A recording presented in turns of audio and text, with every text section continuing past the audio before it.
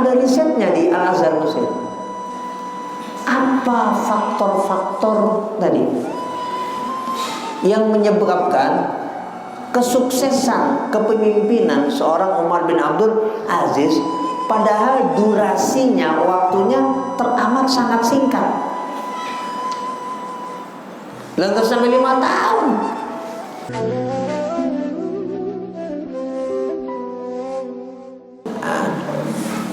Ustaz Khalil.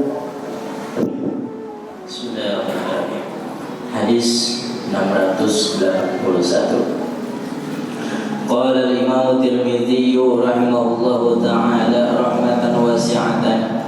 Hadatsana Mahmud bin Ghailan, hadatsana Waqi' Soalnya udah pada tahu orang Abdul Malik ibni Umayyah an Zaid bin Ubadah an Samurah bin Jundub radhiyallahu anhu qala Rasulullah sallallahu alaihi wasallam Allahumma shalli wa sallim alaihi wa ala inil mas'alata kaddun yakaddu biha ar-rajulu wajhu illa an yas'ala ar-rajulu sultanan aw fi amrin la budda minhu. Qala Abu Isa hadza haditsun hasanun sahihun. Hadis 681 dari sahabat Rasulullah sallallahu alaihi wasallam. Sini Suzyadi, sini. Yang bernama Samurah bin Jundub radhiyallahu anhu. Dan ada tadi beberapa perawi yang dibaca oleh Ustaz Khalil. Sini. Di antaranya seorang ulama besar yang bernama Imam Sufyan bin Uyainah. Imam namanya Sufyan bin Uyainah. Mata rantai hadis. Jadi nama-nama yang tadi dibaca oleh Ustaz Khalil yang disebut dengan sanad riwayat mata rantai itu nama-nama yang memang merupakan ulama-ulama besar. Jadi bukan seperti dugaan di beberapa channel YouTube yang mengatakan apakah sahabat Abu Hurairah itu fiktif atau ada beneran. Ya, ini sangat mengecewakan. Nanti saya kasih tahu di sini. Saya suruh buka tuh channel YouTube-nya. Ya Allah. Kalau yang ngomong si orang yang nggak beriman kepada Allah atau bukan orang Islam mungkin masih ya bisa kita maklumi ya. Salam, ini yang bicara yang katanya tokoh. Ya Allah, saya sangat sedih, campur geram, marah, bercampur-campur, menyayangkan. Ya Allah, ya tapi itulah zamannya sudah sedemikian terbuka segala-galanya, dari mulai yang baik sampai yang tadi kategorinya macam-macam, bahkan sampai yang mempertanyakan.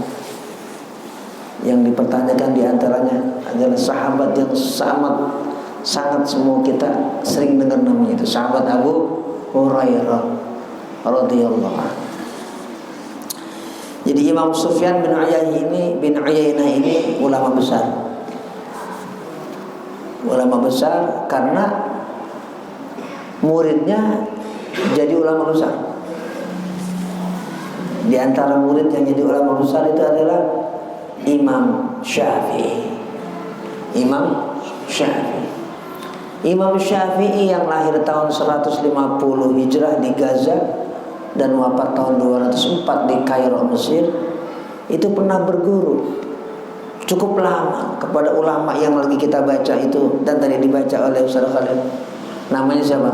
Imam Sufyan bin Uyainah. Imam Sufyan bin Uyainah.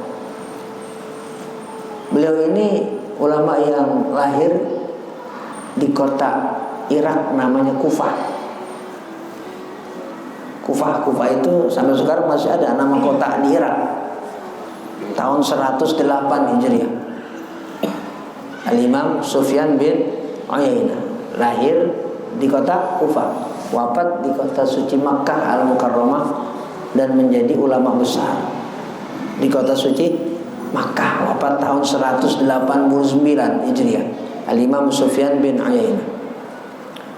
Beliau ini semasa hidupnya adalah rujukan para ulama dan ulama-ulama besar termasuk Imam Syafi'i berguru kepada Imam Sufyan bin Uyainah. Bahkan menurut Imam Syafi'i, Imam Sufyan bin Uyainah ini adalah salah satu poros ilmu di dunia, kutub ilmu, pusat ilmu. Jadi sosok ulama satu orang, tapi ini jadi pusat ilmu di dunia. Salah satunya beliau. Salah satunya Imam Sufyan bin Uyainah. Sampai Imam Syafi'i yang begitu alim luar biasa memberikan satu kesimpulan tentang gurunya ini. Namanya Sufyan bin Uyainah. Laula Malik wa Sufyan, kalau bukan karena Imam Malik di Madinah dan Sufyan di Mekah, la dhahaba ilmu Hijaz.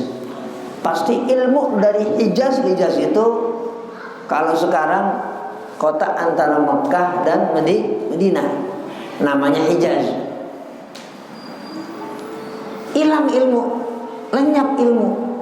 Ya ilmu tentang Quran, ya ilmu tentang hadis.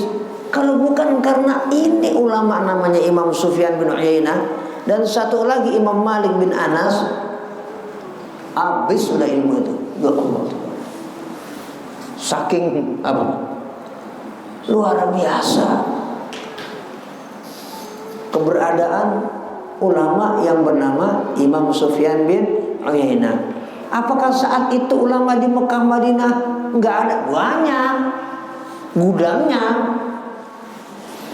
Tapi yang punya ketinggian ilmu begitu luar biasa adalah Imam Sufyan bin Uyainah, dan satu lagi di Madinah yaitu Imam Malik bin Anas Al-Asbahi.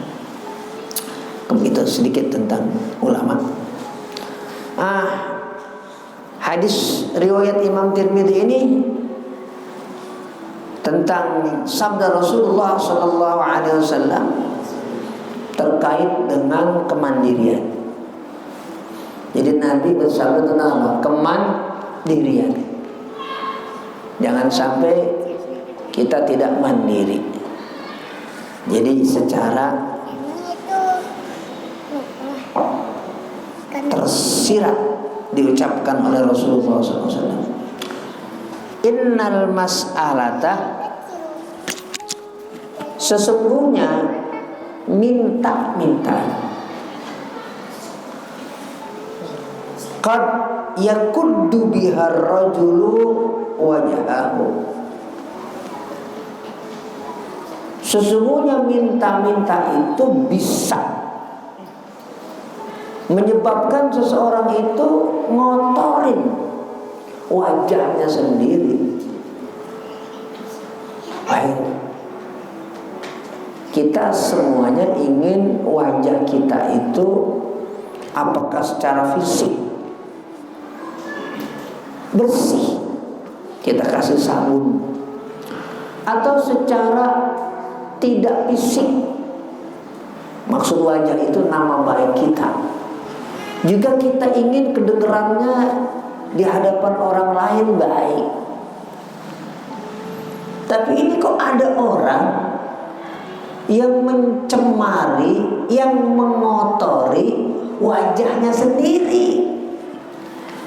Kan sekarang ada bahasa pencemaran nama baik orang lain, yang mencemari nama baik seseorang. Lah, tapi ini dia sendiri yang mencemari nama baiknya, yang mengotori wajahnya sendiri. Kan aneh.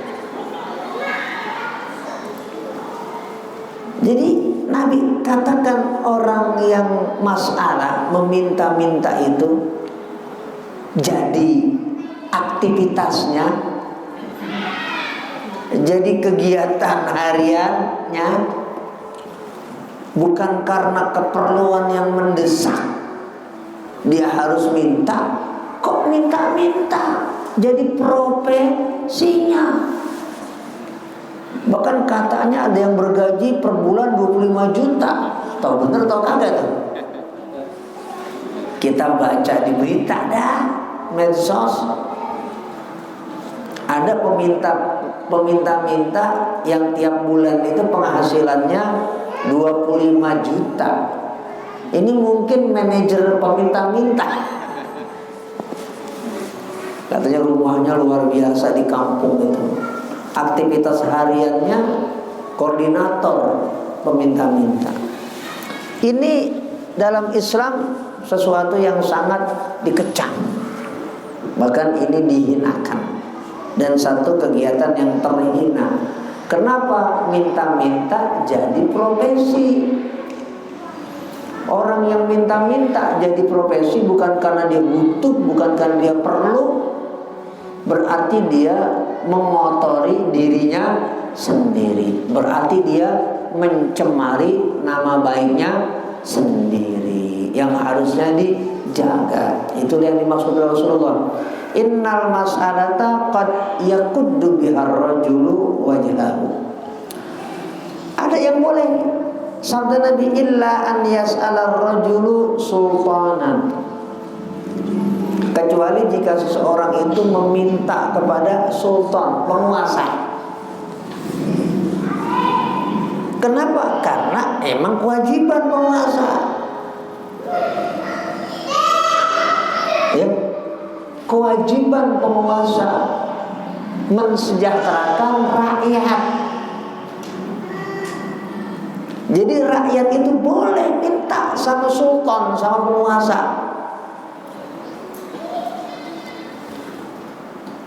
Penguasa itu kalau sekarang presiden, penguasa itu gubernur, bupati, wali kota, sampai lurah.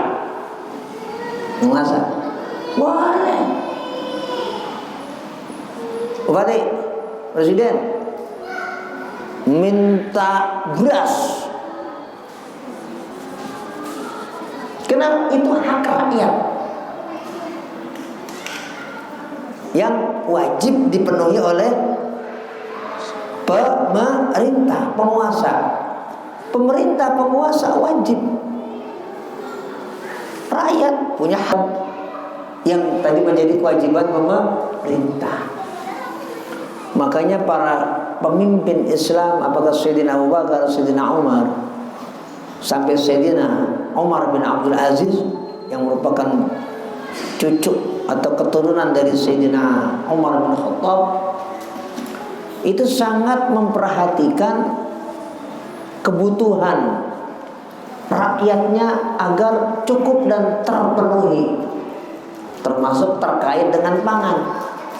Sayyidina Umar seperti yang sering kita dengar kisahnya, malam-malam patroli, ada ibu-ibu lagi masak, nggak punya gandum, kalau kita namanya beras.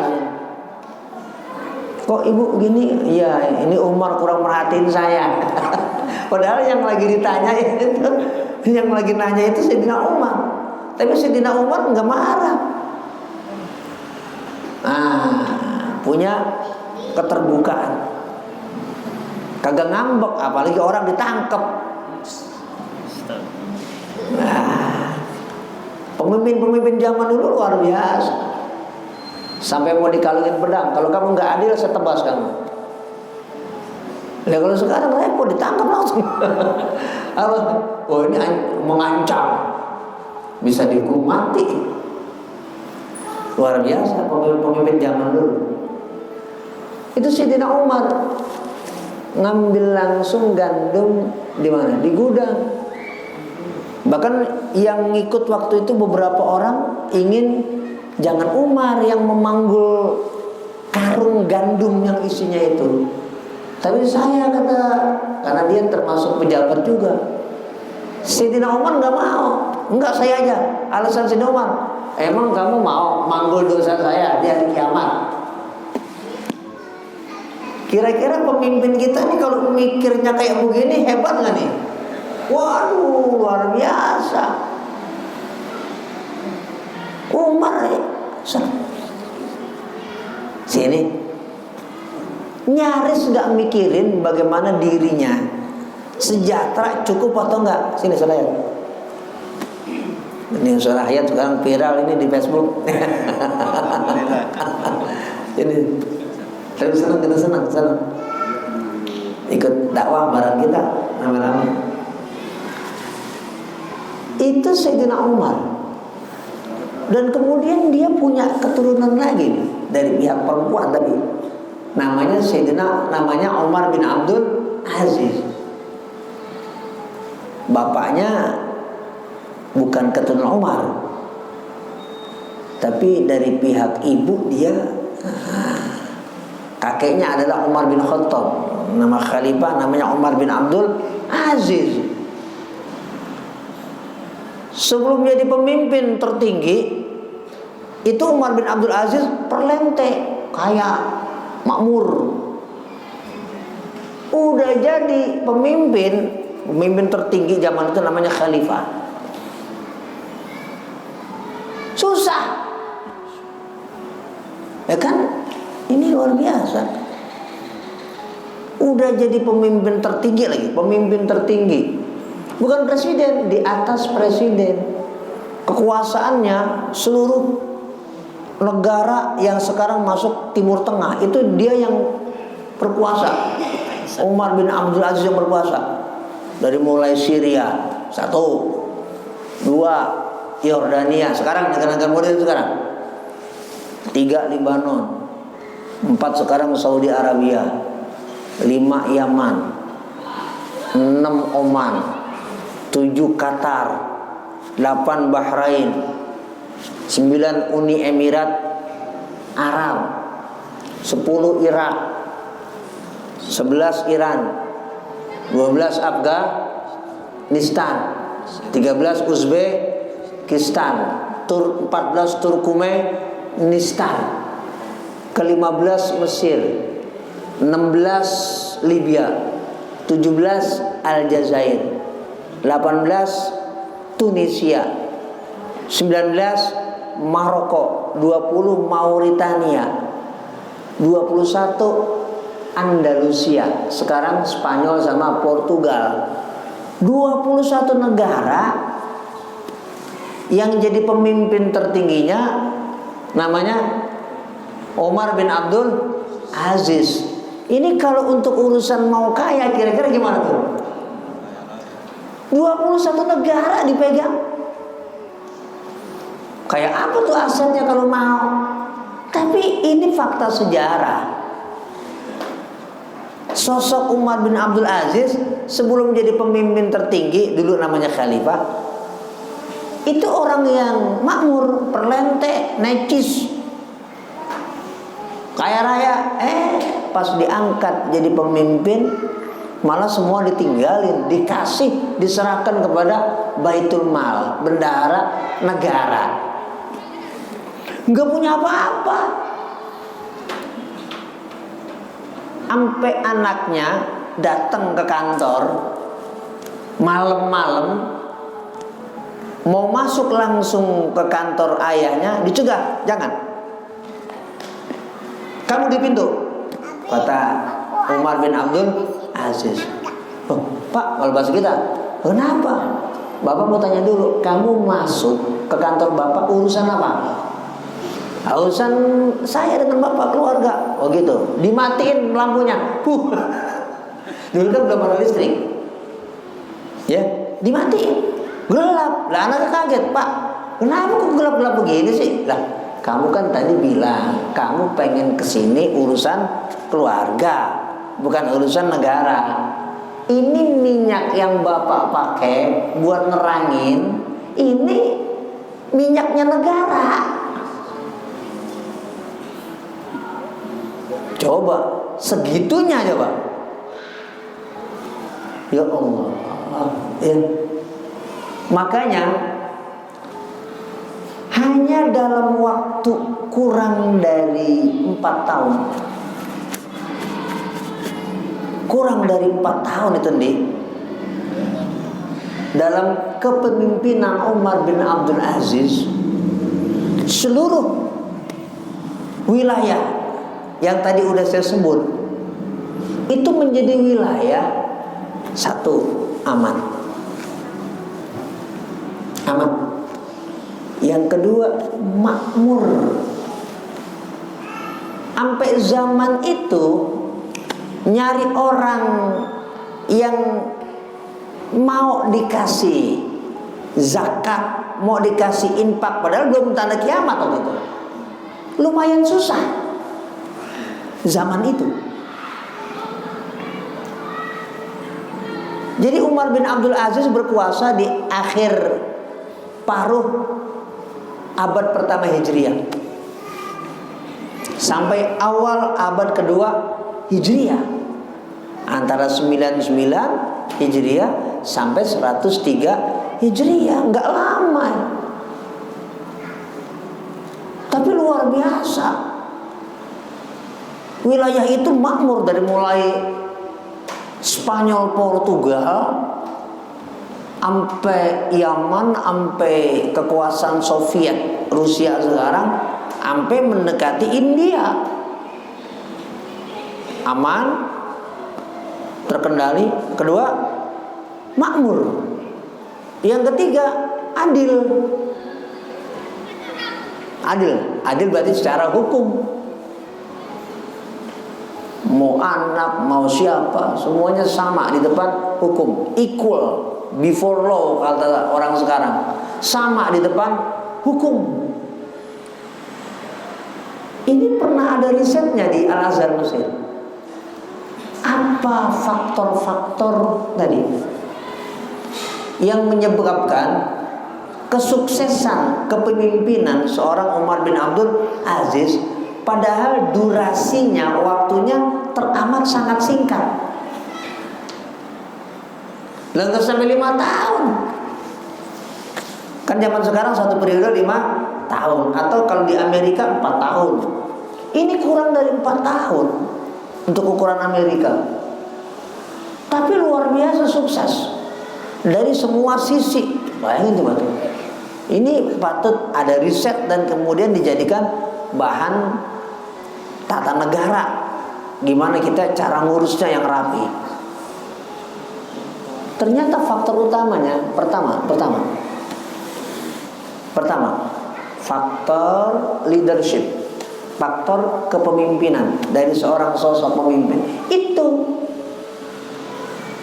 sistem undang-undang, aturan-aturan, gampang dibakar main. Kalau orang hukum namanya pasal karet. Bahkan undang-undang bisa dirubah, bisa dibikin. Ada jadi nggak ada jadi ada. Bikin undang-undang cipta kerja omnibus law. Misalnya, contoh, ya, misalnya, atau undang-undang diamandemen, ada yang dirubah. Karena pemimpin punya power. Jadi bergantung orangnya, bukan sebatas aturannya. Kalau orang yang menjalani aturan itu orang yang baik, orang yang saleh, pasti semua jadi aturan itu penopang dan pendukung, tapi faktor utamanya adalah orangnya. Nah, ini luar biasa. Jadi kalau Nabi katakan dalam hadis ini, meminta-minta itu sesuatu yang menghancurkan nama baik seseorang, karena dia melumuri dirinya sendiri, dengan sesuatu yang tidak diizinkan dalam syariat di zaman itu susah. Padahal belum kiamat, belum tanda kiamat lagi yang besar. Untuk mencari orang-orang yang ingin menerima apa? Zakat, menerima infak, menerima sedekah. Apakah semuanya orang kaya? Enggak juga.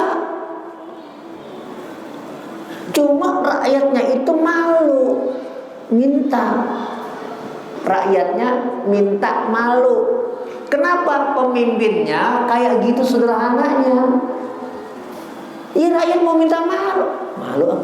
Nah kita aja punya pemimpin Umar bin Abdul Aziz, nggak basa-basi, segitu sederhananya. Nah kita rakyat mau minta juga malu tuh. Dikasih malu nerima, jangan. Kasih aja yang lebih membutuhkan lagi. Makanya aman, sejahtera, nggak ada gejolak. Di zaman Sayyidina Umar bin Abdul Aziz, keadilan betul-betul ditegakkan. Tidak, kalau bahasa hukum namanya tidak tebang pilih. Dan dia kena, dia nolong kagak. Enggak begitu. Fair hukum itu. Sesuai pakem. Tidak pandang bulu. Kalau emang bebas, bebas. Kalau emang melanggar, hukum. Nah, itu salah satu faktor keberhasilan pemimpin yang bernama Umar bin Abdul Aziz. Luar biasa. Nah, meskipun tadi diizinkan oleh Rasulullah, kecuali seseorang minta kepada apa? Sultan, penguasa, kan boleh. Boleh gitu. Minta beras sama lurah boleh, hak rakyat. Rakyat datang ke kantor camat. Mat, kenapa? Saya ini belum punya beras, misalnya tuh rakyat hak itu. Hak rakyat. Nah, jadi nggak termasuk ini, nggak termasuk hadis ini, nggak termasuk minta-minta yang diharamkan. Kenapa? Karena emang sultan itu salah satu tugas dan kewajibannya adalah apa? Mensejahterakan rakyat. Jadi kalau rakyat bukan cuma ngadu, minta boleh. Seperti di Brunei, ya rakyat minta duit ke istana. Di sana udah ada orang yang ditugasin, dikasih $100. Raja, minta duit, dikasih. Ya, sama Sultan Hasan al-Bolkiah.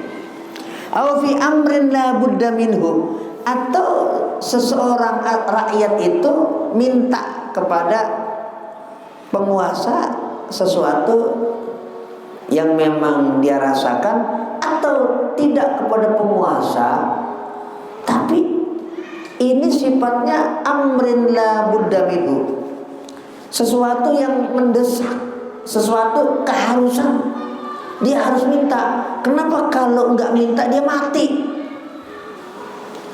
Usaha sono sini udah op semua. Akhirnya ya Allah, kata dia mau nggak mau harus minta. Kenapa? Dia mungkin lapar, anaknya lapar, ibunya lapar. Nah di saat itu dia terdesak untuk minta, boleh dan gak masuk yang dikecam dalam hadis ini. Kenapa? Masuk fi amrin la budda minhu, sesuatu yang memang mendesak dia. Mau gak mau emang kudu minta, kalau gak minta mati dia. Nah, kenapa mintanya dia bukan jadi profesi? Nah itu. Nah tapi kita semuanya bermohon kepada Allah Subhanahu Wa Taala. Di samping ikhtiar yang maksimal, berdoa, Allahumma inni as'alukal huda wat tuqa wal afafa wal ghina. Ghina itu artinya apa? Kekayaan. Ghina itu artinya apa? Kecukupan. Ya Allah, aku minta kepada Engkau kecukupan. Aku minta kepada Engkau kekayaan.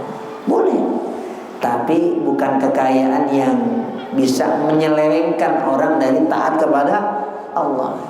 Diajarin kita sama Rasulullah SAW. Allahumma inni as'alukal huda wat tuqa wal afafa wal ghina. Afaf itu maksudnya kita bisa menjaga diri kita, namanya afaf. Tuqa, ketakwaan. Huda, kita selalu dapat bimbingan, petunjuk dari Allah Subhanahu wa ta'ala. Nah, kalau untuk fi amrin la budda minhu, untuk satu masalah atau satu persoalan yang memang kudu kita minta karena jalan sono sini, ikhtiar sono sini ya sudah sulit, kita yang punya harta didorong oleh Allah, oleh Rasulullah SAW, punya jiwa pemberi,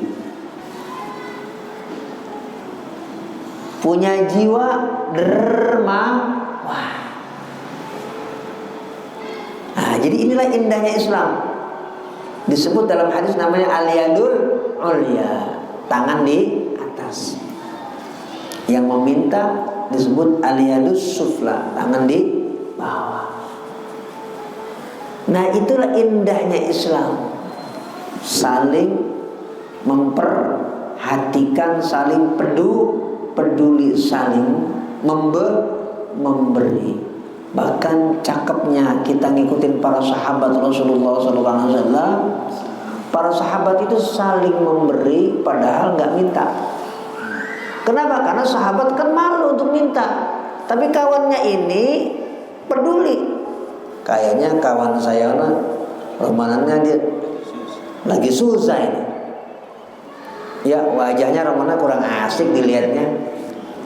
Pas dilihat, bener susah. Paranena kasih daging kambing gitu. Itu perilaku para sahabat Rasulullah SAW. Beliau-beliau ini mengamalkan seperti itu.